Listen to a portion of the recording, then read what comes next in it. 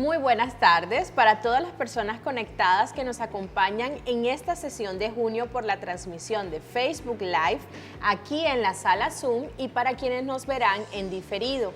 Mi nombre es Farides Lugo y soy la editora del Departamento de Educación Virtual en la Universidad del Atlántico, unidad adscrita a la Vicerrectoría de Docencia, y soy la persona encargada de dar apertura a este evento en vivo tan especial. Gracias por ser parte de la 13ª edición del Cafecito con las TIC, un espacio virtual que apuesta al diálogo dinámico con expertos sobre oportunidades de las tecnologías aplicadas a la educación.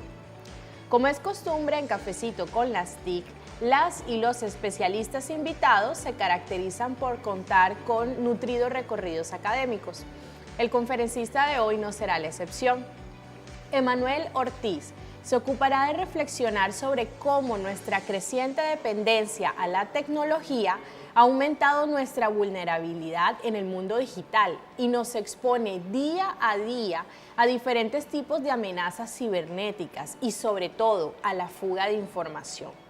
Por ello es vital promover un trabajo conjunto y la creación de tanques de pensamiento en ciberseguridad que permitan anticipar, detectar, analizar y mitigar estos posibles ataques cibernéticos que afectan la seguridad de las organizaciones y ponen en riesgo incluso los datos de Estado.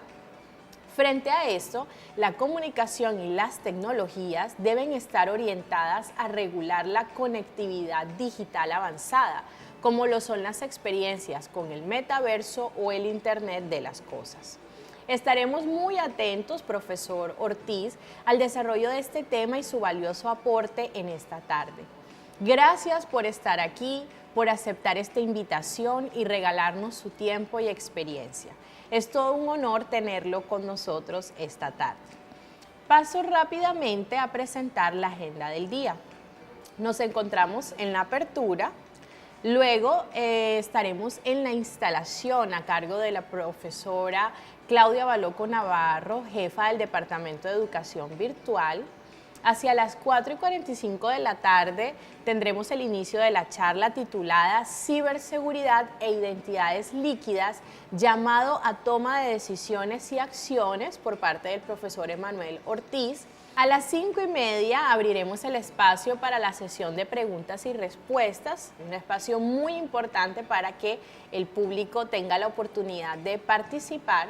Y hacia las 5:55 p.m. proyectamos hacer el cierre de este cafecito. Cedo entonces la palabra a la profesora Claudia Baloco, quien continuará con la instalación de este evento. Estimados docentes y directivos de las universidades vinculadas al Laboratorio de Innovación Educativa del Ministerio de Educación COLAB y especialmente a la comunidad de la Universidad del Atlántico. Es un verdadero placer darles una cálida bienvenida a este nuevo encuentro de Cafecito con las TIC. En esta ocasión nos complace contar con un invitado muy especial, el profesor Emanuel Ortiz, quien nos brindará una perspectiva única sobre el apasionante tema de la ciberseguridad e identidades líquidas. En un mundo donde cada vez más personas se ven influenciadas por lo digital, a través de una diversidad de sistemas, dispositivos y prácticas digitales, este tema se vuelve sumamente relevante. A diario nos encontramos inmersos en una búsqueda de consumo de información, en la comunicación e interacción con los otros y en el desarrollo de nuestras actividades cotidianas. Todo ello condicionado por el entorno digital en el que nos movemos. Es fundamental, por tanto, ampliar nuestros conocimientos acerca de las prácticas digitales, comprendiendo las ventajas, las desventajas y los riesgos asociados a las valiosas oportunidades de la tecnología digital en términos de acceso a la información y la comunicación globalizada. En ese sentido, nos planteamos una serie de preguntas fundamentales que podrían ahondar en el tema durante esta charla. Por ejemplo, ¿cómo podemos afrontar los desafíos que plantea la ciberseguridad en un mundo cada vez más digitalizado? ¿Cuáles son las implicaciones que las identidades líquidas en nuestra sociedad actual cuáles son los riesgos asociados al uso de la tecnología digital y cómo podemos mitigarlos. ¿Cómo podemos además educar a nuestros estudiantes sobre las mejores prácticas en ciberseguridad y protección de datos personales? ¿Cuál es el papel que desempeñan las universidades y los docentes en la formación de una ciudadanía digital consciente y responsable? Estas preguntas podrían ser el punto de partida para una discusión enriquecedora durante esta charla. Queremos agradecer sinceramente al profesor Emanuel por su participación y por dedicar su tiempo a compartir sus conocimientos con nosotros. Finalmente, en nombre de la Vicerrectoría de Docencia y el Departamento de Educación Virtual, queremos expresar nuestros más sinceros agradecimientos por su continua participación en estos espacios de formación permanente y enriquecimiento de información junto a otros docentes. Esperamos que estos encuentros sigan motivándonos e inspirándonos a trabajar juntos por una educación de calidad y accesible para todos. Muchas gracias y bienvenidos. Muchas gracias, profesora Claudia Baloco, por sus palabras, por hacer la instalación de este evento y promover estos espacios de intercambio académico. Antes de ceder la palabra a nuestro invitado especial, tendremos el gusto de presentarlo. ¿Quién es el conferencista de la 13ª edición del Cafecito con las TIC? Emanuel Ortiz, candidato a PhD en Ciencias de la Computación, experto en ciberseguridad e investigador de cibercrimen, con 20 años de experiencia en el sector público y privado. Fue coordinador del CAI virtual de la Policía Nacional, coordinador del Laboratorio en Informática Forense de la Procuraduría General de la Nación y director del CSIRT Financiero. Actualmente es el fundador de la Asociación Internacional de Informática Forense y presidente de la Red Académica en Ciberseguridad Red Ciber. Docente de la Universidad EAN y de la Maestría de Informática Forense y Ciberseguridad de la Policía Nacional. Gracias nuevamente, profesor Emanuel Ortiz, por su apertura y disposición para compartir sus conocimientos y experiencias con nosotros en esta tarde. Le cedemos la palabra.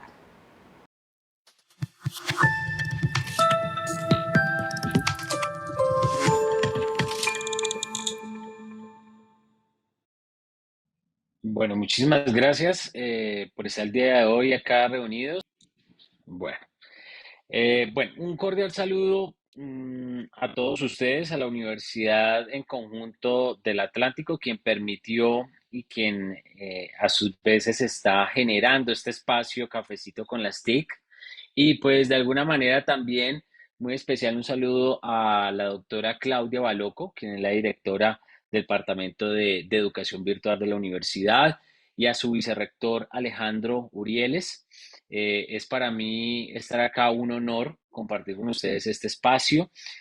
Agradezco y doy infinitas gracias primero que todo a la universidad por permitir estos, espacios para familiarizar o conversar un poco, tomarnos ese cafecito con las TIC para poder aprender de ciberseguridad e identidades líquidas. ¿Qué es esto y de qué se trata la ciberseguridad y las identidades líquidas? Yo creo que hay muchos factores que hay que tener en cuenta, ¿no?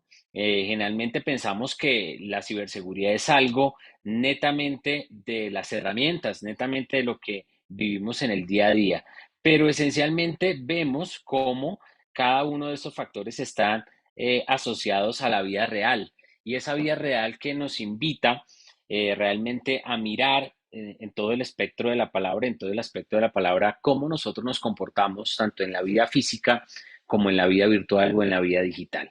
Y eso ha sido un reto de muchas generaciones, no simplemente el reto nos trae hoy acá a reunirnos con la universidad, con ustedes, con todos los que nos están escuchando, todos los que nos están oyendo, sino prácticamente es para poder entender que nosotros somos falibles o somos, digamos, contenemos la falla en nuestros instintos del manejo, del uso y apropiación de la tecnología. Yo traigo a colación esta imagen y me parece muy particular, además de que soy fan de esta serie famosa de Star Wars.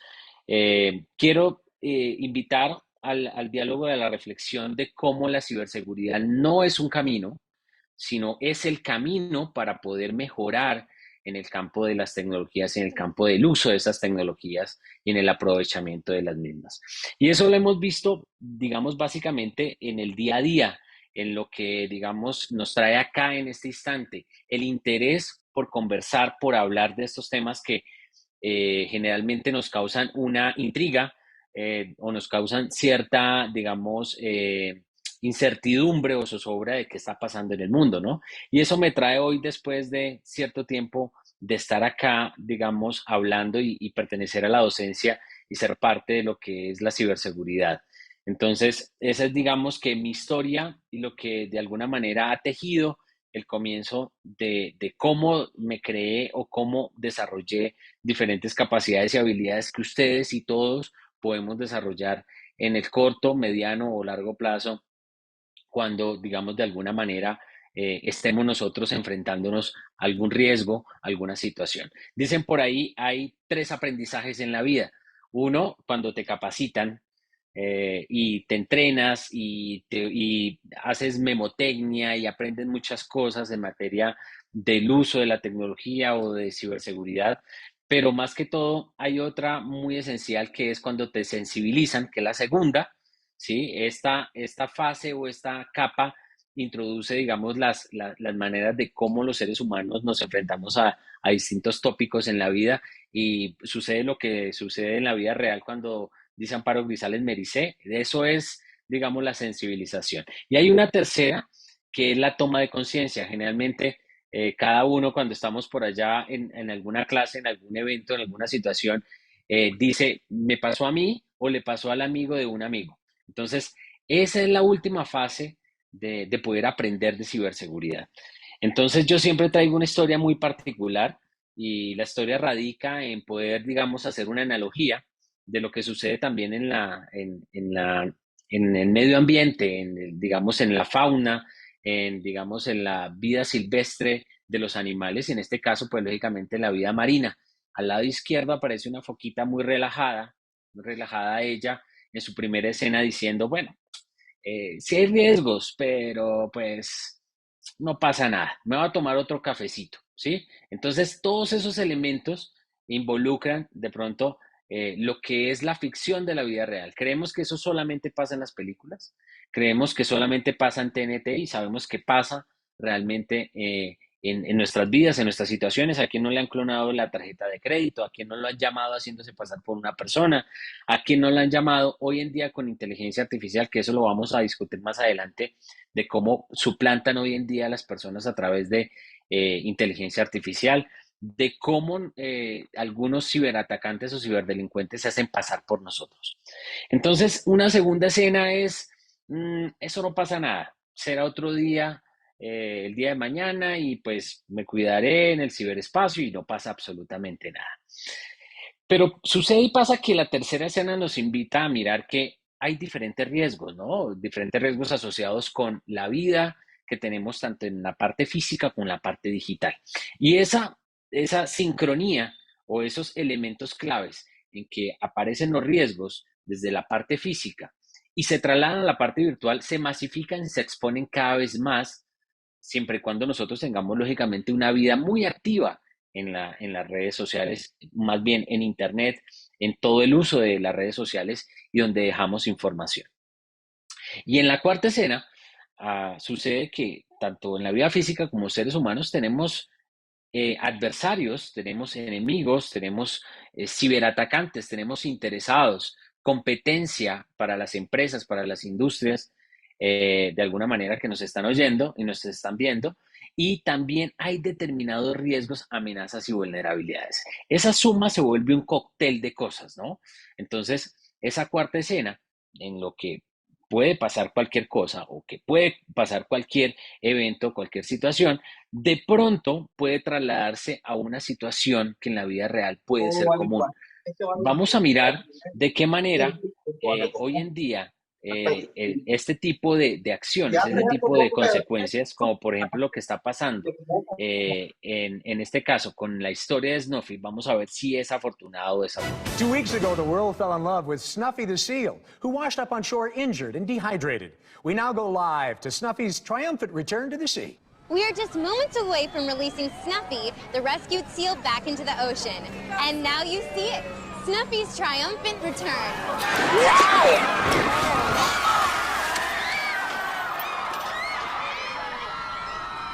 Holy Shark Week. It's a bad week to be a seal. Pues puede ser una semana no tan bonita para una foca, ¿no? Esta es una propaganda que se hizo para incentivar la reproducción y sobre todo la publicación de un comercial de cómo eran las amenazas en el mar, vinculándoles a las focas todo lo que sufrían en el mar y los riesgos, creada por Discovery Channel y por National Geographic. Entonces, ¿cuál es el escenario que debemos nosotros tener en cuenta para poder entrar a visibilizar esas tecnologías, apropiarlas y usarlas de la mejor manera? Primero, entender qué riesgos esenciales. Hay una oportunidad que tenemos nosotros en la academia, en la educación, en la sensibilización y en la toma de conciencia de ver esos riesgos, de no pasar por alto por ese tipo de amenazas. Y claro, la última escena es yo qué estoy haciendo para poder contener, para poder prevenirme, para poder defenderme de esos riesgos, de esas vulnerabilidades y de esas amenazas. Eso nos obliga a pensar que nosotros debemos estar en un mundo en que muy probablemente ese adversario nos busque en cualquier parte, en cualquier situación y en cualquier evento de la vida en los cuales yo pienso que también a mí me va a pasar, pero que indudablemente debo tener las herramientas suficientes para poder prevenirlos.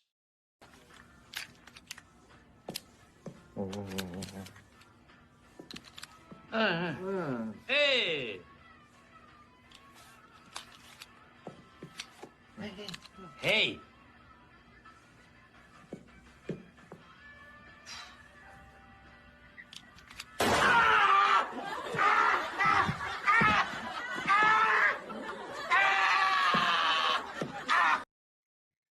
En este caso, cualquier situación que se asemeja con la realidad es pura coincidencia. Muchas veces creemos que nosotros tenemos todas las herramientas necesarias para poder protegernos: un antivirus, un firewall, una barrera, ¿sí? O sencillamente no tengo redes sociales. Alguno podrá decir, no, no tengo redes sociales, no las uso. Mi hija, mi hijo, mi primo, mi sobrino es la que las utiliza, yo no. Pero indudablemente cualquier escenario de riesgo a mí, vinculando a mis terceros, vinculando a los que están a mi alrededor, también puede ser factible. Es como le pasó a esta persona. Tengo mi chaleco antibalas, pero desafortunadamente el phishing, el ciberataque, va dirigido a otra parte donde menos lo crees, ¿vale? Nosotros queríamos que antes del 2020, más los que trabajamos en ciberseguridad, pensamos, bueno, las amenazas existen. Hay muchas cosas que hoy en día están pasando, están sucediendo, ¿no? Y esto lo veo, digamos que lo señalizo acá con un puntero láser y digo, oiga, sí, las amenazas siguen existiendo, pero hay menos propagación, ¿sí? De alguna manera. Eso era lo que pensábamos nosotros, los que trabajamos en seguridad antes del 2020. Pero, ¿qué pasó después del 2020? Alguien me va a poder decir ahí, no, pandemia, cualquier situación por el estilo. Y después del 2020, las amenazas fueron las mismas amenazas, pero fue la mayor propagación que se vio durante estas últimas décadas, ¿no? Entonces, todos los que estamos trabajando en ciberseguridad nos volvimos aquí como el gran Yoda o el gran Jedi, en donde tuvimos que aprender rápidamente o aceleradamente cómo los ciberatacantes estaban de alguna manera atacando y estaban generando este tipo de situaciones a las personas, a nuestros usuarios, a los ciudadanos en común. Desearíamos que todavía usáramos este tipo de dispositivo, esto que estoy acá señalizando con láser al lado derecho, en donde esa flecha o ese pequeño aparatico resistía a cualquier cosa, se caía desde un quinto piso, resistía, lo tirábamos por si nos tocaba defendernos de alguien, del ladrón, se lo lanzábamos en la cabeza y el celular terminaba y seguía sirviendo, ¿sí? pero de alguna manera sabíamos que teníamos ahí nuestra información. ¿Qué era lo máximo que teníamos nosotros? Un mensaje de texto, nuestra libreta de contactos. Pero hoy en día, ¿qué tenemos en nuestros dispositivos celulares? Esa es la gran pregunta que tenemos que nosotros hacernos en todos los ámbitos y en este ámbito particularmente, en donde necesariamente debemos pensar qué es lo que tenemos a la mano. Muy probablemente ustedes podrán decirme, o podrán responderse la pregunta, ¿qué es lo último que tocan al acostarse a dormir? Dirán, no, la libreta de apuntes, dirán el cepillo de dientes, pero generalmente lo que último que tocamos es el celular, ¿cierto? Un escenario en el cual nos invita a reflexionar cómo nosotros estamos actuando frente a este tipo de amenazas. Tenemos diferentes tipos de adversarios, ¿cierto? Unos que tienen objetivos indiscriminados. Sabemos que aquí en este escenario cualquiera puede ser víctima, ¿cierto? Los criminales, los activistas, los cibercriminales. Esto se parte en dos para decirles que hay otros que seleccionan el objetivo. Realmente no requieren que Emanuel Ortiz sea la víctima, sino que es la organización directamente, la UA, ¿cierto? La víctima que hace parte esa persona dentro de la organización, hacia donde se van a dirigir. Y entonces en ese orden de ideas aparece la competencia, aparece el ciberespionaje y aparecen los empleados infieles, en este caso los llamados insiders. Pero todos buscan un objetivo en común, eso lo vamos a saber en un momento: información y datos. Dos complementos esenciales para poder decir que los ciberatacantes siempre están buscando el día a día o en el día a día constante, de manera ininterrumpida, información que nosotros dejemos al navegar por Internet. Que nosotros de alguna manera consultemos en bases de datos abiertas, como por decir Google, en donde las necesidades priman. Hoy en día, una de las necesidades en junio es poder nosotros adquirir el mejor regalo para nuestro papá, ¿cierto? Y por ahí va a estar un ciberatacante, un ciberdelincuente pendiente. ¿Qué es lo que tú vas a buscar? Una tarjeta bono de spa, una tarjeta bono para un regalo, una tarjeta bono para poder invitar a una cena. Todos estos elementos que aparecen acá son los elementos que esencialmente el ciberatacante va a buscar para poder realizar este tipo de engaños y poder, digamos, dinamizar un elemento que de alguna manera se denomina ingeniería social. Y no es aquella carrera que nos falta implementar en la UA para poder, digamos, capacitar a nuestras personas, ¿no? Esto lo estudia el ciberatacante o el ciberdelincuente basado en las emociones de las personas, basado en las necesidades y basado en cada uno de los aspectos que nosotros consultamos en Internet. ¿Qué nos hace falta o qué le hace falta al ciberatacante para poder empezar a realizar todas esas acciones y empezar a mirar cuáles son nuestras necesidades, por ejemplo, en este mes? Nosotros decidimos de qué manera vemos el problema. Lo podemos ver desde un foco totalmente positivo o un foco totalmente negativo. ¿Sí? Estas dos líneas de pensamiento basados en, digamos, en esa parte neurosistémica o decisional de las personas, es un factor que decíamos al principio. Si tú quieres saber de ciberseguridad, te quedas aquí en Cafecito de las TIC y compartimos un rato ameno para poder entender y sensibilizarnos. Si no quieres, te vas por el camino oscuro, desconoces cuáles son los tipos de riesgos, desconoces cuáles son las amenazas y pues lógicamente dejas de aprender un poco más. Pero esencialmente nosotros tenemos que pensar que hay muchas cosas que suceden el día a día en Colombia, ¿no? Hay una página muy particular, de eso yo les quiero hablar un momentico, y vamos a tratar de ir a consultarla para mirar de qué se trata. Es una página donde generalmente realizan todas las consultas, o más bien es un medio periodístico, ¿sí? Que de alguna manera tiene que ver con todo lo que está pasando actualmente en Colombia. La página se llama muchohacker.lol, ¿cierto? Muchohacker.lol. Ya voy acá a compartir la pantalla. Y esta página en particular tiene todas las, digamos, noticias que están pasando en el día a día en Colombia. Entonces voy a dar una lectura rápida de algunos de estas publicaciones, de algunos de estos titulares. Lockbit, que es un actor, una amenaza, un adversario, anuncia posible ataque a empresa Mario Hernández, ¿sí? Siguen los ataques activos digitales del Estado colombiano. Se presentan 7 incidentes con posible robo de información. Fidoagraria, nueva víctima de Lockbit en Colombia. Lockbit Es un ransomware muy peligroso, de alguna manera muy dañino, que ha afectado a varias empresas y varias organizaciones. Y está yendo a todos los tipos de empresas pequeñas, medianas y grandes, en donde pues lógicamente los temas de ciberseguridad son un poco endebles, son débiles, o el factor humano, que es lo que vamos a hablar más adelante, también suele ser fácilmente, digamos, de alguna manera afectado por estas personas o por estos ciberatacantes. Acá entonces dice, en venganza por captura de Orgon, el grupo CGDSEC muestra pruebas de vulneración de software de monitoreo geoespacial administrado por el IGAC. Colombia se habría unido a Iniciativa Global contra el Ransomware que lidera los Estados Unidos. Nueva víctima de ransomware en Colombia, Bisec, empresa de vidrios de seguridad. Ataque masivo intenta instalar malware en computadores de ciudadanos que tienen algún tipo de relación con la DIAN, ¿vale? Y así sucesivamente podemos decir, bueno, esto es lo que está pasando en Colombia. Tenemos que tener en cuenta que hay unas situaciones que no debemos pasar por alto y que de alguna manera los ciberatacantes están totalmente activos ante cualquier, digamos, de alguna manera falta de sensibilización, falta de entrenamiento, falta de conocimiento en materia de ciberseguridad y que de alguna manera están lógicamente realizando muchísimas de las acciones hoy en día frente a nuestros datos o frente a la información. Es importante tener en cuenta que la seguridad o como tal saber de tecnología no es indicador que sepas de seguridad o no es indicador que sepas de ciberseguridad. Hay un componente esencial que nosotros desde la academia, desde la educación, desde los campos educativos, hemos tejido y hemos creado a través del tiempo es esos falsos avatares de concebir de que el hacker es la persona mala, ¿sí?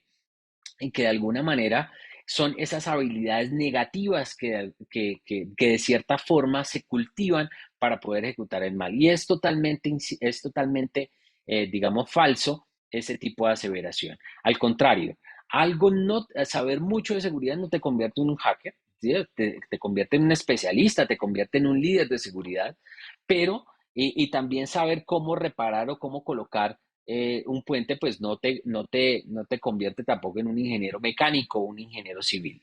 Hay capacidades y habilidades que debemos entender desde las capas mismas del ser humano, en donde esa toma de conciencia y esa sensibilización es importante.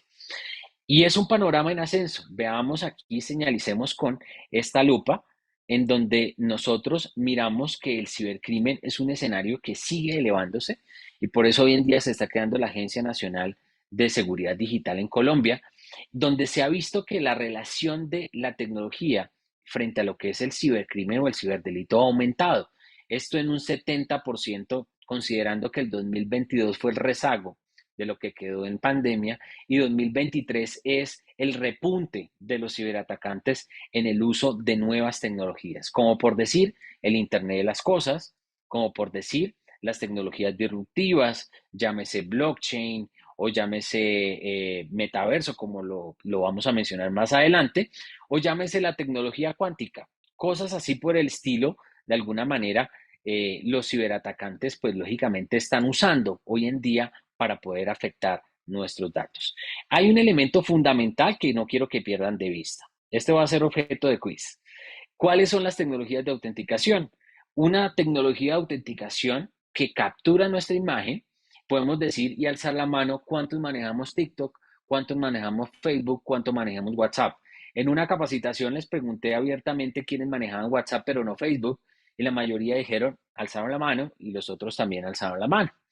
Entonces yo les dije, ¿quiénes me garantizan, los que tienen Facebook y los que no tienen WhatsApp o viceversa, dónde están los datos en este instante? Les puedo asegurar que los de Facebook tienen los datos de WhatsApp de esa persona y los de WhatsApp tienen los datos de Facebook de esas otras personas. ¿Por qué? Porque sencillamente los datos se consolidan para autenticar la identidad. Por eso vamos a denominar un nombre en esta charla o en este elemento. Primero, una denominación de dónde nosotros podemos encontrar este ciberatacante para podernos hacernos daño. ¿Y qué es lo que quiere de nosotros? nos hacemos una pregunta siempre. ¿Será que el atacante es de carne y hueso? ¿Será que el ciberatacante es esa persona que se coloca capucha, come pizza y toma Monster hasta las 3, 2 de la madrugada hackeando la Wi-Fi del vecino? ¿Será que nuestros atacantes son estos gatitos que aparecen aquí, en donde están ahí interrumpiendo, digamos, la conexión de esa CPU? Resulta y pasa que muchas veces el atacante puede estar tan cerca de nosotros que nosotros no percibimos realmente en dónde puede estar su próximo o su próxima víctima. Y a partir de ahí, yo quiero que se lleven una idea. El adversario no son todas las personas, pero quizás el adversario sí es alguien que se interesa por la organización donde tú haces parte o por la información que hace parte de esa organización que tú tienes. Entonces, esos dos aspectos fundamentales en donde esos ciberatacantes están vinculados a la identidad de las personas y están intentando capturar esa información de manera masiva o de manera individualizada, allí es donde nosotros debemos iniciar ese foco.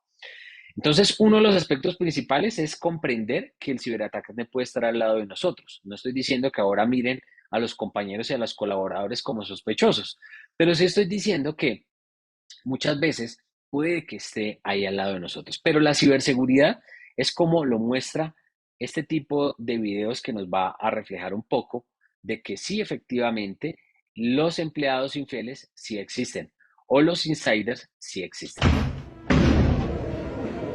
Judas, traidor, cómete esto. Tú no quieres entenderlo, ¿verdad? Ibas a ser exterminado. Ya te lo había dicho, debo morir por los pecados de la humanidad.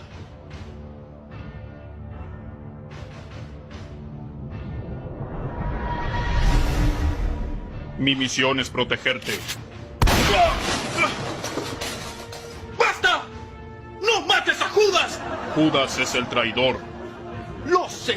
Oye, tengo mucho que hacer ahora mismo y tú realmente me estresas, ¿ok? ¿Entiendes? Pilatos a las 10 en punto. ¡Dame esa!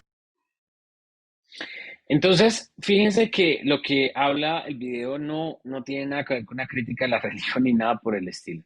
Tiene que ver con un escenario de infidelidad. De infidelidad significa que muchos de nuestros sistemas de información, mucha de la información que compartimos a diario, muy probablemente una persona para alguien va a ser importante. Para alguien que está dentro o fuera de la organización va a ser importante. Y en ese orden de ideas, muchos escenarios, tanto adentro como afuera, generan riesgos. Démonos cuenta de acá, de esta imagen que aparece, muy pocas veces nos damos cuenta de que leemos totalmente los términos y condiciones de una aplicación o que damos next, next, next o siguiente, siguiente, siguiente, instalar y no nos damos cuenta qué es lo que aceptamos, qué es lo que estamos nosotros asumiendo como responsabilidad dentro de ese juego infinito de poder brindar datos que nos identifican a nosotros mismos. Entonces, fíjense que los datos que dejamos, tanto en redes como en panoramas como TikTok, dicen por ahí que China lo logró. China lo logró porque hoy ha capturado a más de casi 20.000 millones de registros de rostros, de imágenes, de voz, de audio, de muchas personas. Y hoy en día TikTok, que nace en China, en el país más hipervigilado del planeta, pues ya nos está vigilando. Entonces no nos vayamos tan lejos que esencialmente nosotros estamos brindando datos en todo momento. Sí, básicamente no tenemos que trabajar en marketing, no tenemos que tener el trabajo como bien lo realizan compañeros como Farides, que bien lo hace por la condición o por su profesión, pero nosotros de alguna manera dejamos los datos sin tener en cuenta muchos de los aspectos que esencialmente debemos tener en cuenta para poder protegernos de, no inclusive del ciberatacante, también de saber de quién tiene nuestra información. Acá hay un ejemplo muy particular y me llama mucho la atención porque generalmente la mayoría de nosotros utilizamos el correo electrónico, pero también utilizamos ese dispositivo que tenemos en las manos en este instante, que es el celular, que es el dispositivo móvil.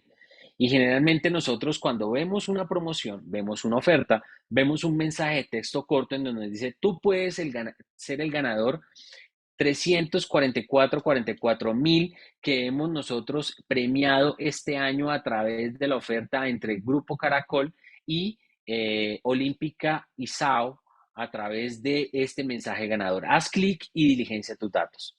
Simplemente yo tuve 2 o 3 minutos para redactar un mensaje, enviar un link y enviártelo a tu celular de manera corta, de manera rápida, de manera efectiva. Y lo que tú tienes que hacer es hacer un clic. Pero, ¿qué es el otro elemento que nosotros tenemos que mirar acá? Nosotros somos susceptibles al engaño.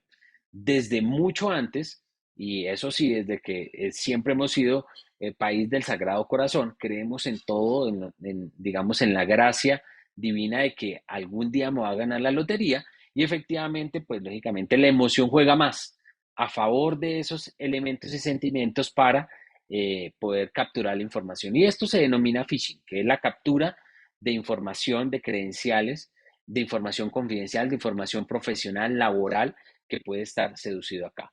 Podemos tener todos los elementos de defensa que nosotros querramos. Una defensa profunda, un sistema parchado, unos sistemas 24/7, un celador, un vigilante que es el antivirus, que es el celador de nuestra organización, de nuestros sistemas de información. Tenemos una barrera que atraviesa la Universidad Atlántico, tenemos muchas cosas que están alrededor de nosotros, una concertina, pero solo falta o solo basta un usuario que dé un clic en un email, que de alguna manera haga clic en ese email y se contamine, se infecte o se cifre nuestra información o nuestros elementos que tenemos acá. Nada más representativo y que refleja este video.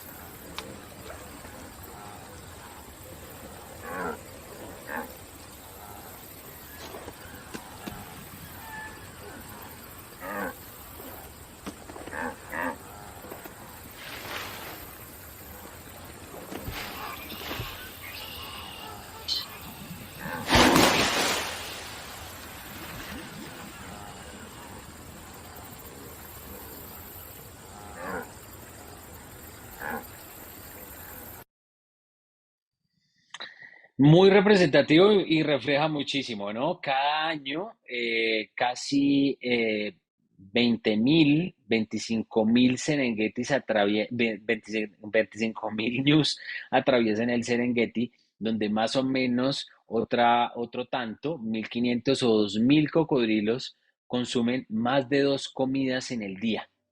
Entonces, eso indica que el ciberatacante tiene muchísima oferta para que nos pueda, digamos, afectar de alguna manera, enviándonos un mail con un elemento sorpresa, un link o algo que tengamos en cada uno de nuestros elementos para ser susceptible al engaño. Y pues de alguna manera creemos que estamos dividiendo en dos aquí, casi dos se divide esta charla, en donde vivimos un mundo físico y creemos que en el mundo físico tampoco nos pueden hacer daño a través del mundo virtual. Y entonces nos damos cuenta de que esto ocurre en la vida real.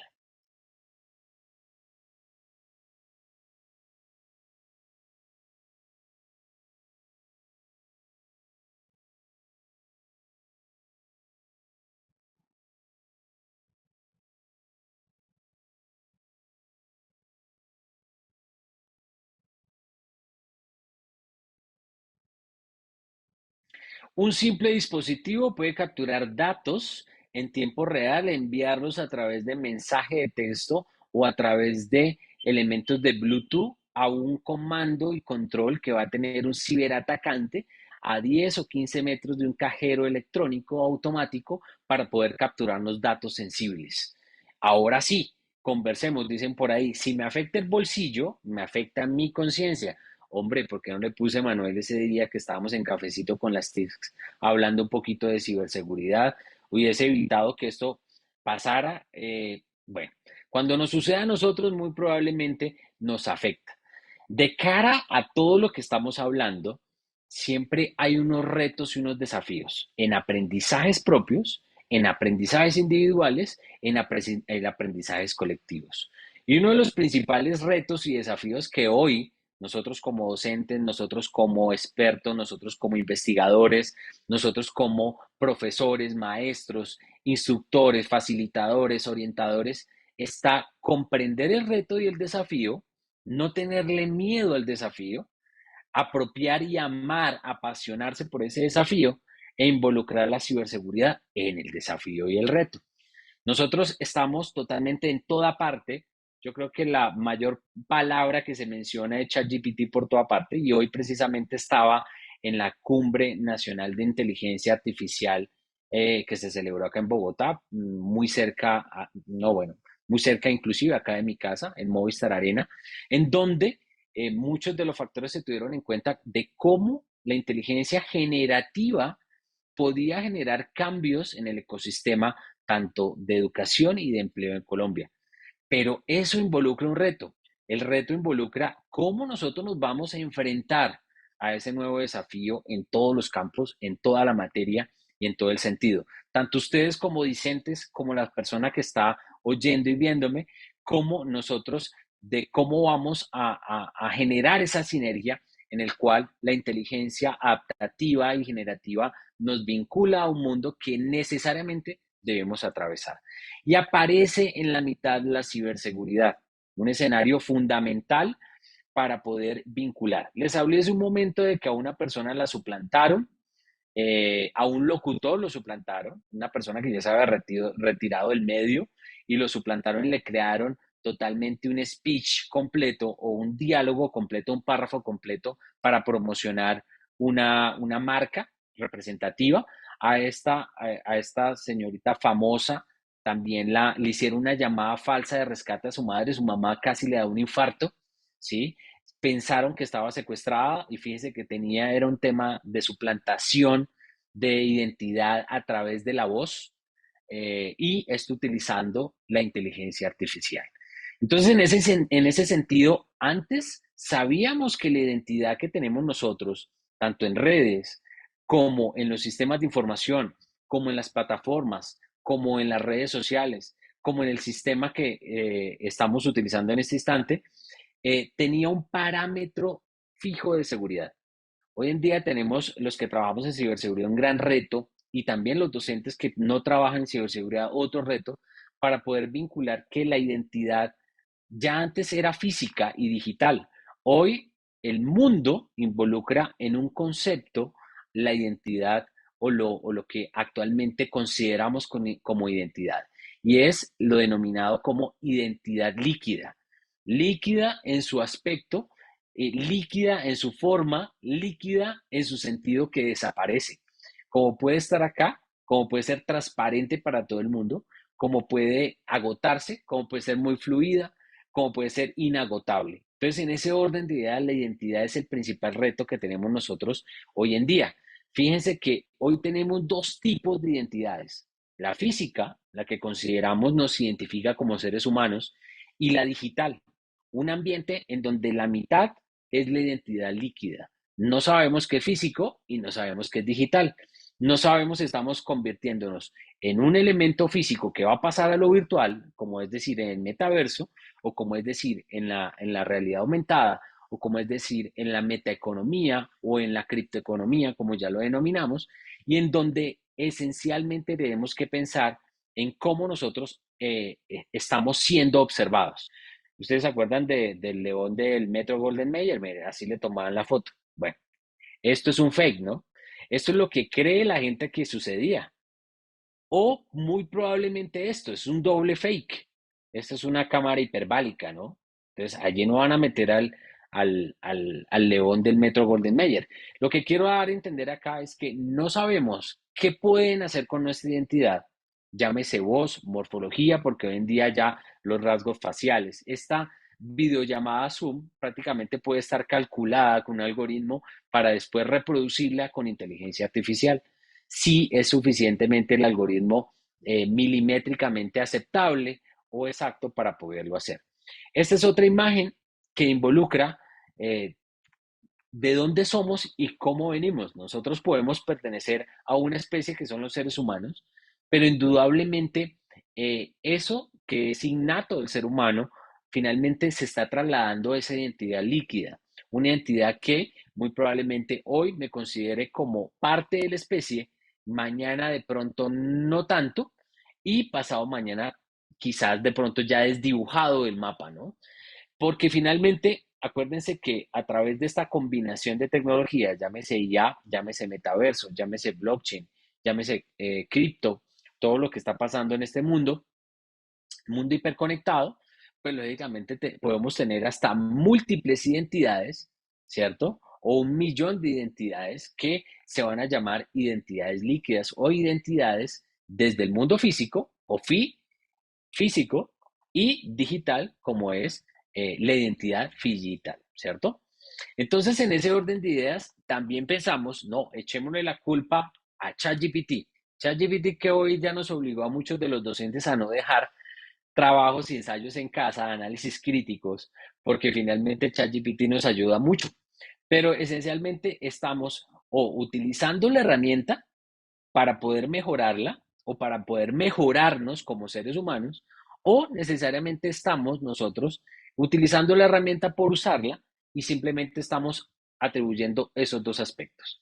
Finalmente, lo que involucra la inteligencia artificial no es tanto cómo la utilicemos en materia de uso benéfico para la humanidad, sino lo contrario. Eso es lo que nos puede afectar. De alguna manera, esos elementos tecnológicos o los elementos tecnológicos que hoy en día de ese desafío o de ese reto parten para poder nosotros hablar, estamos hablando de esas identidades líquidas. Hoy ya no es necesario tener en cuenta o tener nosotros nuestra huella dactilar. Bueno, acá en Colombia todavía lo utilizamos, pero fíjense lo que sucede en Estonia, un país totalmente digitalizado, que ya no es necesario tener la huella dactilar activa, simplemente con tu voz autorizas o haces una transacción en línea de un país a otro, ¿sí? De alguna manera con la Unión Europea, y también puedes tomar un transporte simplemente con tu rostro. Entonces, en ese orden de ideas, la identidad líquida soporta todo lo que está pasando en la actualidad. Si actualmente existen robos de identidades, que es un escenario que no va a dejar de pasar, y por otro lado, aparece también el fraude de identidad, que tampoco va a dejar de pasar, pero sí va a aumentar o se va a propagar más, o que también nos van a suplantar muchísimo más porque vamos a tener múltiples avatares, pues van a existir o van a coexistir muchas otras amenazas que se van a derivar o se van a derivar de esos factores de la identidad líquida, ¿no? Es importante tener en cuenta que hay un factor fundamental y es la privacidad. Generalmente nosotros cuando hablábamos de privacidad hace más o menos 8 o 9 años, hablamos de algo cierto, que era el Internet, la web 2.0, la web 2 que conocemos hoy en día. Pero hoy en día un nivel nuevo nos enfrenta a una realidad nueva, que es el metaverso, donde podemos tener todas las identidades del mundo, pero también podemos tener todas las amenazas que puedan aparecer en el metaverso, ¿cierto? Todas las que señalo allí en este slide. Y finalmente, ¿cuál es el objetivo para el ciberatacante? El objetivo para el ciberatacante no es lo que te protege, sino en dónde es tu punto o talón de Aquiles para poder atacar, ¿cierto? Entonces, ahí en ese escenario es donde este tipo de ejemplos cobra digamos, una gran responsabilidad. Por ejemplo, ¿qué tan rápido puede traspasarse en el mundo físico al mundo virtual la información que aparece en redes sociales o que aparece cuando te capturan los datos a través de algún phishing? Quiero que miren detenidamente este slide y se den cuenta todos los datos de usuarios que aparecen en dark web, en la web oscura, llámese cuenta de correo, credenciales, nombres, contraseñas. Este fue un ejercicio que yo hice en el 2020 en donde dije, voy a tomar un dato de estos y voy a tratar de llegar a la persona que se encuentra aquí relacionada. Entonces tomé un dato y llegué a una persona. La persona se llama Jennifer Black, en Leesville, ¿sí? Estados Unidos. Identifiqué dónde se encontraba tras un análisis de aspectos de dónde vivía, cosas que tenía relacionadas en Internet, encontré su cuenta de correo, ¿sí? Traté de localizarla y, digamos, de alguna manera verifiqué en Internet qué información existía. Inclusive, el ciberatacante puede llegar hasta donde vive la víctima, ¿sí? Solamente capturando la información de la credencial, de la cuenta de correo y muy probablemente su dato de identidad. Eso mismo hice yo para poder prevenir a esta persona. Identifiqué que vivía acá en este sitio y muy probablemente identifiqué quién era esa persona. Ahora la pregunta, ¿nosotros tenemos que sufrir algún elemento de identidad o de robo de identidad para poder tener en cuenta este tipo de amenazas o este tipo de afectaciones hacia la privacidad o hacia la confidencialidad de las personas? Un análisis claro que ha hecho, digamos, de alguna manera el Foro Económico Mundial ha indicado que uno de los grandes retos que tiene el ser humano y las sociedades y la economía en distintos países es enfrentarse a este tipo de circunstancias que hoy en día el metaverso nos está enfrentando. Hoy en día nosotros nos identificamos con un rostro, ¿cierto? Pero no sabemos quién está detrás de nosotros o detrás de esa información de ese rostro, ¿sí? Efectivamente, esto tiene que ver en cierta parte con lo que está pasando en el metaverso. Nos pueden suplantar fácilmente, ¿sí? O es más fácil quizás hallar esto es una fotografía en Marte, totalmente nítida, y muy probablemente con lo que tenemos en capacidades de vigilancia, de seguridad, muy probablemente esto es lo que tengamos o obtengamos en el metaverso, ¿no? Si sucede en la realidad, sucede también en la vida virtual. Necesitamos nuevos retos, nuevos líderes, nuevas competencias, nuevos elementos de búsqueda de talento que enfrentemos en conjunto o que estemos enfrentando en conjunto este tipo de acciones contra los ciberataques que hoy en día se están ejecutando. Recordemos que más del 40% de pandemia de las personas, el 60% se trasladó netamente o 70% a lo virtual. Y eso dificultó que hoy en día exista una alta demanda en personas que sepan de ciberseguridad. Se incrementan los retos en el metaverso, como ya lo hemos hablado, ¿cierto? Que es un escenario que es inevitable, como Thanos. Se dificulta la búsqueda de talento y evidentemente hay necesidad sobre el uso y aprovechamiento y el buen uso de las tecnologías. Entonces, en ese orden de ideas, lo evidente es que nos falta gente, nos falta personas que sepan usar la tecnología apropiadamente, que sepan entender que la ciberseguridad va de la mano de la tecnología y que evidentemente hay una línea muy delgada entre el mundo físico, el mundo virtual y una parte centralizada que es la identidad líquida y que esa identidad líquida es lo primero y lo más preponderante para tomar acciones, que es mi tercera parte de esta charla.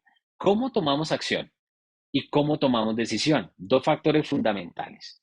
Siempre debemos pensar que puede haber un fracaso. Tanto los que han creado la tecnología, acordémonos de 1950 Alan Turing con su código Enigma, que en su tiempo, para muchos científicos o que consideramos, fue un éxito y un fracaso a la vez. No se aprendió a convivir con la inteligencia artificial y hoy discutimos si la inteligencia artificial nos va a quitar el empleo, si nos va a quitar la capacidad de ser docentes, si nos va a quitar la capacidad de poder interactuar con las personas. Entonces, todo nace a partir de un fracaso, pero que consecuentemente, a través de un fracaso, pues lógicamente debemos conocer que vayamos por un buen camino. Entonces debemos conocer qué tan débiles somos o si estamos en una parsimonia total de saber o de conocer por qué la ciberseguridad es importante, o consideramos como este gatico cerrar los ojos y dejar pasar, o de alguna manera entender que somos sujetos de vulnerabilidades por el simple hecho de que somos humanos y por el simple hecho de que hemos creado máquinas doblemente más falibles al error o más consecuentes al error que los seres humanos. Entonces, en ese orden de ideas, hay un factor importante que es la comunicación. Sin comunicación, se acaban relaciones, ¿sí? Algo pasó ahí, ¿cierto? Entonces, sin colaboración, sin un elemento fundamental que es poder entender qué es falso y qué es verdadero dentro del mundo virtual, dentro del mundo físico y dentro de esa identidad líquida que actualmente tenemos, es importante entender cómo está pasando o qué está pasando en el mundo, en el contexto, en el ecosistema. Ocurren muchísimos problemas de comunicación, muchísima falsa información sobre lo que es la tecnología, sobre lo que es, digamos, como en este caso, un ejemplo claro de un fake news, ¿cierto? En donde evidentemente, pues lógicamente, digamos que no fue lo que pasó en su instante. Entonces, en ese orden de ideas necesitamos urgente poder tomar decisiones, pero no somos únicamente los que sabemos algo o medianamente de ciberseguridad los que tenemos que tomar una decisión o una acción latente en ciberseguridad frente a las identidades líquidas. Es cada uno de ustedes con su liderazgo dentro de su vida personal, profesional y laboral y la educación misma para poder desarrollar todas las competencias que actualmente se están generando, tanto en esas tecnologías disruptivas, tecnologías habilitadoras, tecnologías convergentes y tecnologías de última generación, en donde nosotros debemos hablar ese mismo lenguaje para entenderlo, para asociarlo y ocupar esas plazas y esas necesidades que actualmente requiere el mundo, que son cada vez más crecientes en ese tipo de uso de esas tecnologías, y poder considerar que tenemos que evolucionar en un mundo en el cual las especies, quizás las silvestres, nos han llevado a poder entender que se han podido adaptar a un mundo hostil, a un mundo complejo, ¿cierto? Entonces, tenemos que ser competentes para evolucionar y ser parte de ese cambio. Podemos tomar dos caminos. El mismo camino que estamos tomando, ¿cierto? De no saber nada absolutamente de cómo usar y aprovechar y apropiar bien la tecnología, o apuntarle a un liderazgo, no al liderazgo de la cerveza, sino al liderazgo de la ciberseguridad. Pero tomémonos un espacio, un tiempo para relajarnos un poco, pensar bien qué es lo que está pasando y poder complementar esas capacidades individuales en lo colectivo. Si no lo hacemos, fácilmente, pues lógicamente el ciberatacante va a llegar a nosotros. Eso, digamos, quería mostrarles hasta ahí, darles a entender que hay muchos fenómenos que hay hoy en día, los ciberatacantes están utilizando para poder atacar, para poder afectar. De esto, pues lógicamente yo represento a la Universidad de Dan. Sé que este conocimiento, por eso mismo tenemos una especialización y un programa de liderazgo y gerencia en ciberseguridad, donde apreciamos todos estos elementos fundamentales y de alguna manera entender que muchos de esos factores muy probablemente son decisionales. Es un factor decisional en el que usted, nosotros, cada uno de nosotros, tiene que tomar la vocería para poder evitar que esto suceda como lo dice la frase. Hay que evitar de que siga pasando. Muchísimas gracias a la Universidad Atlántico. Farides, ya ahora sí te dejo. Espero que haya muchas preguntas o si no las hay, pues lógicamente quedaría todo entendido. Muchísimas gracias por todo. Gracias, profesor. Gracias por sensibilizarnos e invitarnos a tomar conciencia sobre este tema tan inquietante, ¿no? Creo que los memes ayudaron un poco a suavizar, pero es realmente, sí, es realmente preocupante lo que nos está presentando y nos invita a hacernos muchas preguntas. De este tema en particular me llama la atención que yo creo que debe ser muy distinto a cómo una persona enfrenta un ciberataque, a cómo lo enfrenta una organización o una institución, ¿no? Porque creo que a nivel empresarial u organizacional, ese ataque puede ser al mismo tiempo la evidencia de una vulnerabilidad o de mostrarse débiles ante sus clientes o puede ser también o puede representar riesgo de pérdida de credibilidad. Entonces, esa distinción entre persona natural y persona jurídica ante las amenazas cibernéticas me parece un tema bien interesante. Por supuesto que ya tenemos preguntas en el chat de Zoom. Antes de leerla, profesor, me gustaría también saludar a las personas que estuvieron muy atentas a través de Facebook, dejaron saludos. Angie González dice, excelente tema. La profesora Sandra Villarreal saluda, al igual que Yamira Rodríguez en Facebook.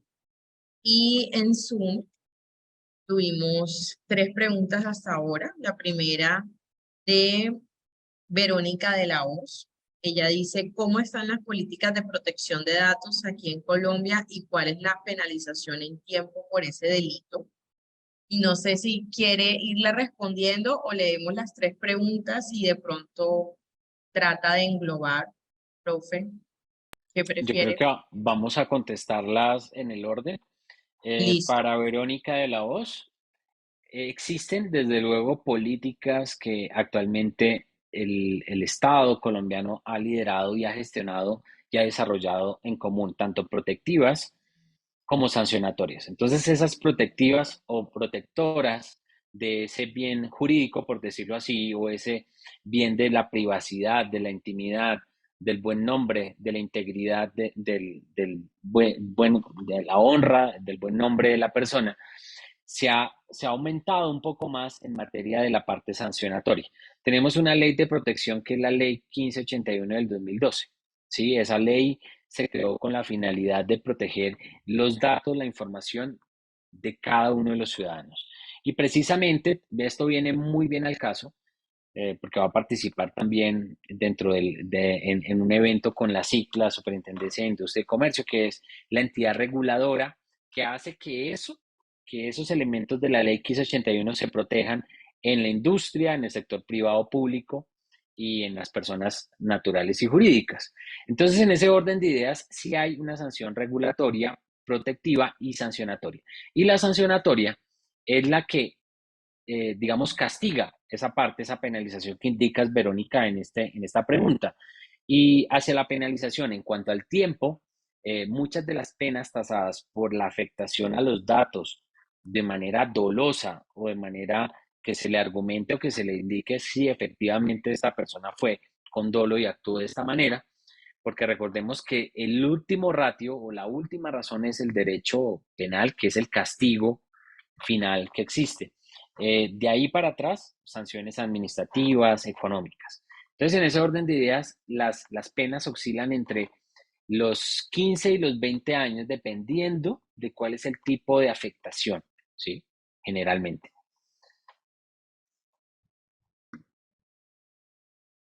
Ok, gracias, profesor. Continuaríamos con la pregunta de María del Carmen. Ella indaga específicamente por el área de la educación superior y el impacto que tendría en este campo la inteligencia artificial. Yo creo que el impacto ya lo estamos viviendo. No podemos, digamos, pasar por alto y eso, digamos, se habló en la cumbre esta mañana de inteligencia artificial y es básicamente que hoy debemos utilizar sí o sí la inteligencia artificial y es una responsabilidad. Ese impacto recae sobre el ámbito de la responsabilidad de esa ética humana o esa ética docente que debemos tener en el campo del aula educativa o en el aula académica. Entonces, en ese orden de ideas, ese impacto lo estamos viviendo todos los días. Hoy los estudiantes, cualquier persona, digamos, está utilizando inteligencia artificial para no pensar. Al contrario, debemos utilizar inteligencia artificial para pensar, para generar mayor crítica, para generar mayor análisis. Ese es el verdadero impacto positivo y no llevarlos o llevarnos al facilismo, tanto docentes como estudiantes. Dicen por ahí, el estudiante desarrolla y contesta las preguntas en ChatGPT. El docente construye el examen en ChatGPT. Entonces, lo que estamos creando es lógicamente un ámbito de facilismo que es el contrario o es el impacto negativo que no buscamos o que no busca la academia. Y gracias. Precisamente durante su presentación y en relación a las identidades líquidas y y la proliferación de las fake news, yo me cuestionaba como, ¿esto será que ayudará a que la gente deje de estarse creyendo las cadenas de WhatsApp? ¿Será que esta proliferación de esa realidad que ya no es tan fácil de comprobar invitará a la gente a nutrir o a cultivar aún más el sentido crítico o no? O sea, De ahí nace un buen trabajo investigativo de campo, experimental o teórico, es más experimental, más hacia al ser humano, porque nosotros, como bien decía, dices Farideh ahí, y yo creo que el factor emocional implica mucho, el factor emocional y de necesidad implica muchísimo en el factor decisional de las personas. Eh, para mí, que me viniera, digamos, que alguien me dijera que me gané algo espectacular. Pero pues si lo metemos, por ejemplo, en ChatGPT, ¿cuáles son las formas más interesantes de engañar a una persona a través de mensajes de texto? Háganlo, háganlo, que ahí está, yo creo que la razón y la respuesta de cómo podemos prevenirnos a tiempo utilizando las tecnologías, ¿no? me gané algo, pero sin haber concursado en nada. Debería ser la pregunta que surge cuando llega eso. Exacto, Pero claro que sí. a qué hora participé? ¿A qué hora participé si Eh, no me di cuenta? sí. Bueno, y antes de leer la tercera pregunta que tenemos por escrito, también quiero invitar a las personas que están en la sala y quieran abrir su cámara, quieran plantear preguntas de viva voz, pues a que levanten su mano para ir cediendo los turnos. La tercera pregunta es del profesor Javier Roldán. Él dice, se visiona un gran riesgo en la seguridad del dinero digital, CBDC. Hay riesgo de que un ciudadano pierda en el futuro todo su dinero digital con más facilidad que como podría perder su dinero en el banco ahora. Bueno, es un fenómeno que que viene pasando, profe Javier. Es un fenómeno que realmente nos invita, quizás, digamos, hablemos desde el tema educativo, financiero, poder invitar de una vez a las personas, oiga, primero miren el riesgo. No todo es irse a la pirámide de Ponzi, voy a invertir en cannabis, voy a invertir en esto y voy a invertir con bitcoins, o voy a invertir en esto y voy a invertir con bitcoins. No del todo es cierto que los bitcoins o las criptomonedas que pertenecen a ese escenario irregular, porque pues, finalmente es un escenario irregular, no digo ilegal, sino irregular, y no significa que por ser irregular sea malo, sino que de alguna manera no es regularizado, o sea, no tiene una regularidad, no tiene una fluctuación constante, sino dispareja. Entonces, en ese orden de ideas, aquí hay un escenario de inversión bastante claro. Y esto, pues, lógicamente, para la respuesta del profe Javier y para todos, existen dos tipos de criptomonedas. La criptomoneda comercial, la criptomoneda que tú adquieres a la vuelta de la esquina, la que quieras abrir tú mismo por algún negocio que tienes. Quiero vender mi bicicleta, pues con la bicicleta me compro un 0,0.1 bitcoins, ¿cierto? En un mercado irregular. Y por el otro lado está lo que indicas que es el dinero digital con base a algo que el Banco de la República ya se pronunció y que está creando, que es la moneda digital de un banco central, que en este caso será la moneda autorizada en Colombia para poder transar. Pero ¿quiénes van a poder transar con esa moneda? Se supone que todo ciudadano colombiano puede transar con esa moneda. Y entonces en ese elemento regularizado, allí sí va a haber un elemento de seguridad para las personas que quieran transar con este tipo de monedas. Entonces, en ese orden de ideas, es un futuro que nos avisora dos caminos, que sigamos por lo mismo y que seamos estafados a través de las criptos comerciales, o que adquiramos por nosotros mismos, o que nos afrontemos a ese nuevo dinero digital que se está creando del Banco Central. Gracias, profesor. Tenemos en el chat también un comentario a manera reflexiva. Dice, es un tema muy actual e interesante donde se evidencia cada vez más la conducta de corrupción que la conducta de corrupción va en aumento. Debemos hacer más énfasis en la educación y la ética. Muchas gracias, doctor Emanuel. Es una muy buena conclusión y muy buen resumen de parte de todos ustedes. Muchísimas gracias. Claro que sí. Bueno, y hay más comentarios. Yamilet Betancourt dice, este semestre la inteligencia artificial desestimuló la asignación de trabajos en casa desde elaboración de organizadores gráficos hasta documentos escritos en general.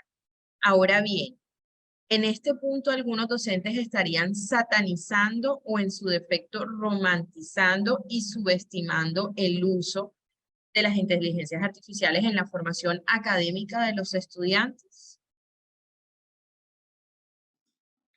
Considero que todo depende de la perspectiva, ¿no? Y del prisma con lo que queramos verla, ¿no?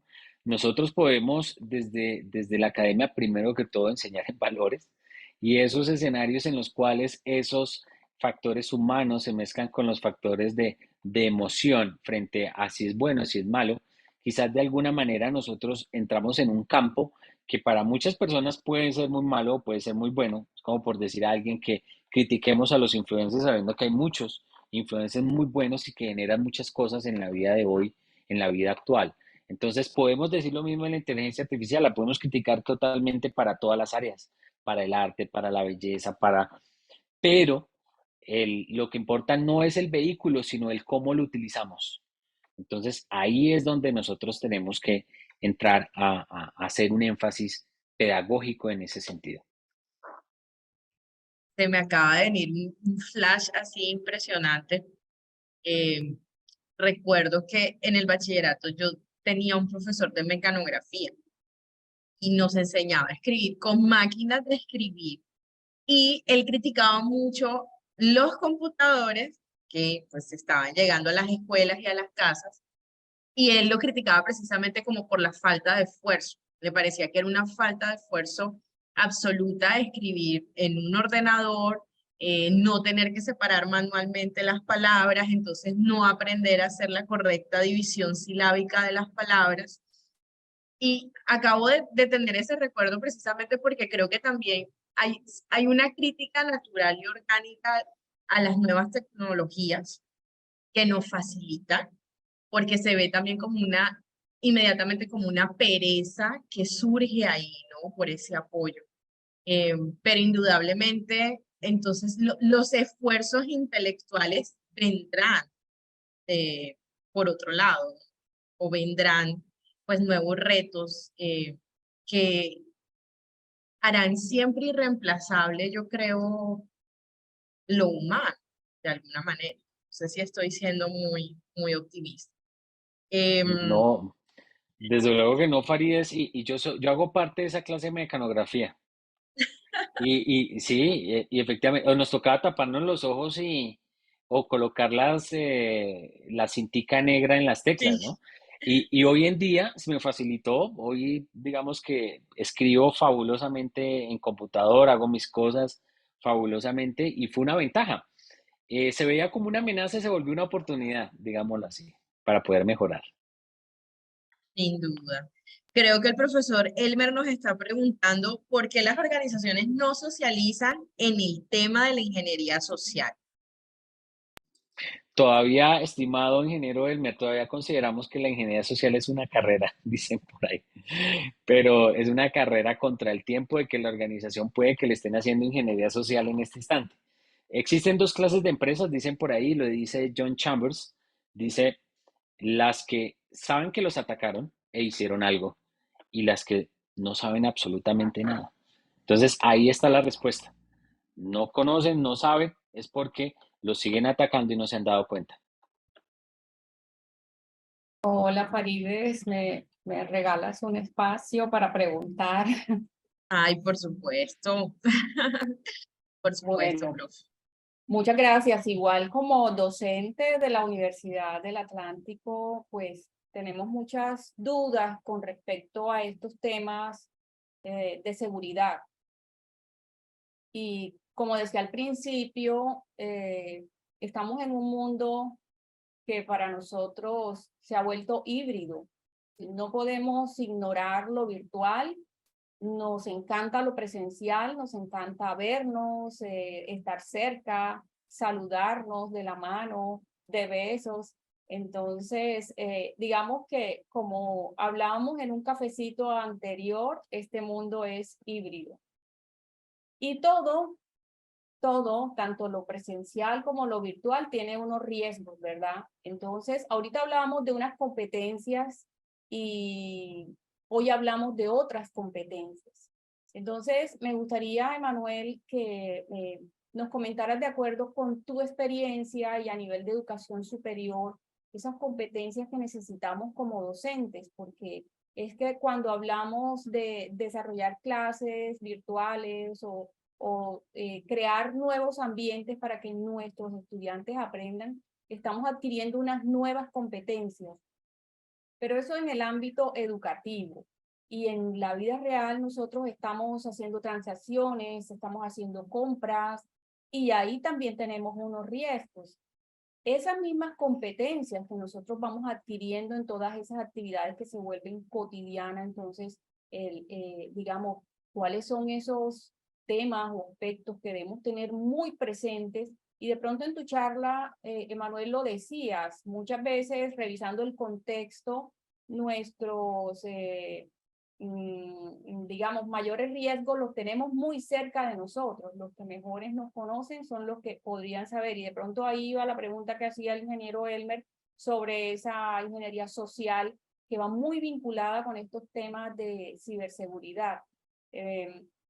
Entonces, de acuerdo con eso, yo quiero concentrarme un poco más en todas estas competencias que necesitamos como docentes, no solamente en ese ámbito educativo, sino en general en nuestra preparación, porque es muy importante que estamos trabajando con nuevas generaciones que ya vienen con unas competencias, pero como esas competencias también las aunamos para los mejores aprendizajes. Y dentro del ámbito institucional, bueno, cuáles son todos esos riesgos que debemos tener presente para comentarlos con nuestros docentes. Hacia allá va mi intervención y bueno, este tema de las identidades líquidas me parece tan interesante desde hace muchísimos años, antes de la pandemia que leía a Manuel Castel, él habla del tema de estudiante líquido, la educación líquida, y hoy la vemos más claramente con tu charla y con estos comentarios que tú has hecho, todas estas múltiples identidades que nosotros tenemos identidades en una red, en otra red, en fin, entonces, muy interesante y muchas gracias. Bueno, me gustaría tus comentarios respecto a este. Muchas gracias, Emanuel. Gracias, doctora Claudia, por esa gran pregunta, fabulosa pregunta, diría. La pregunta como tal, digamos, que evoca, digamos, esa sana crítica de cómo docentes nosotros somos una persona que entra al aula de clase y otra persona que sale nueva del aula de clase. Cada vez que entra y sale es un mismo ciclo, es un flujo constante. Entonces, cada vez que nosotros conocemos a un estudiante que alza la mano, que levanta la mano, que critica, que opina, que refuerza su aprendizaje con esa reflexión, nos invita a que salgamos renovados de la clase inmediatamente a probar, a simular la realidad, no a traer la realidad al aula de clase. Eso digamos que de alguna manera, no, digamos que es un concepto, digamos, un poco abstracto de lo que estoy diciendo, pero es simular la realidad, es llevarlos a esos simuladores de la realidad, de lo que se está viviendo en el mundo, del contexto que se está viviendo, para que ellos tengan muchos más escenarios por el cual reflexionar. Dicen por ahí que el aprendizaje no es solamente, digamos, llenar con memotecnia algunos conocimientos, sino también evacuar dudas que estaban anteriormente, digamos, colapsadas en anteriores aprendizajes.